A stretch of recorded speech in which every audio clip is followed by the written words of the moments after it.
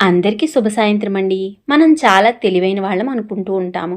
కానీ ఒక్కొక్కసారి అన్నీ తెలిసినా మోసపోతూ ఉంటాము. అందుకే ఒక పని చేసే ముందు ఒకటికి 10 సార్లు ఆలోచించి ఇంట్లో వారి సలహా తీసుకుని మరీ చేయాలి. ఇంచుమించుగా నేను ఇంటర్ అలా చదివేటప్పుడు జరిగిన ఒక చిన్న విషయం మీకు చెబుతాను. అప్పట్లో చిట్ ఫండ్ కంపెనీలు ఎక్కువగా ఉండేవి.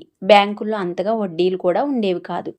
అప్పుడు అందరూ ఎక్కువ వడ్డీ వస్తుందనే ఉద్దేశ్యంతో చిట్ ఫండ్ కంపెనీలో డబ్బులు దాచుకునేవారు. మా ఊళ్ళో కూడా ఒక కంపెనీ వాళ్ళు ఎక్కడి నుంచో వచ్చి ఒక చిట్ ఫండ్ కంపెనీ పెట్టారు. అందులో పనిచేయడానికి లోకల్స్ని వేసుకున్నారు. ప్రతి నెల అందులో కొంత అమౌంట్ కట్టాలి. మనం ఎంచుకునే స్కీమును బట్టి ప్రతి నెల అమౌంట్ కొద్ది కొద్దిగా పెరుగుతుంది. కట్టిన వాళ్ళందరికీ కలిపి ప్రతి నెల చివరిలో draw తీసేవారు.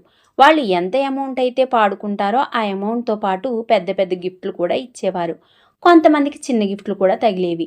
Cycle, iron box, fan ఇలా అన్నమాట. అది ఊళ్ళో తెలియడంతో వచ్చే గిఫ్ట్ల కోసం చాలామంది డబ్బులు కట్టడం మొదలుపెట్టారు. 6 నుంచి 8 నెలల వ్యాపారం చాలా బాగా పుంజుకుంది. మాలా నష్టపోతామేమో అని ఆలోచించిన వాళ్ళు మాత్రం కొంతమంది కట్టలేదు. కానీ ఊళ్ళో చాలామంది కట్టారు.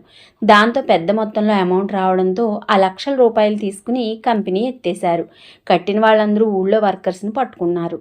వాళ్ళు జీతం కోసం జాయిన్ అయిన వాళ్ళు మాత్రం ఏం చేస్తారు? డబ్బు పోగొట్టుకున్న వాళ్ళు కొంతకాలం ఫైట్ చేశారు. కానీ కట్టించుకున్న వాళ్ళు ఐపీ పెట్టేయడంతో ఏమీ ఉపయోగం లేకపోయింది.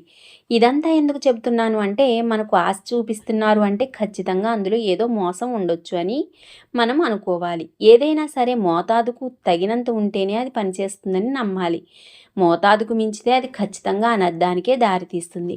ప్రభుత్వ సంస్థలు అయితే ప్రభుత్వం బాధ్యత తీసుకుంటుంది. కానీ ప్రైవేటు వ్యక్తుల వద్ద మనం చాలా జాగ్రత్తగా ఉండాలి. ఇటువంటి మోసాలు ఈ మధ్యకాలంలో చాలా ఎక్కువైపోయాయి.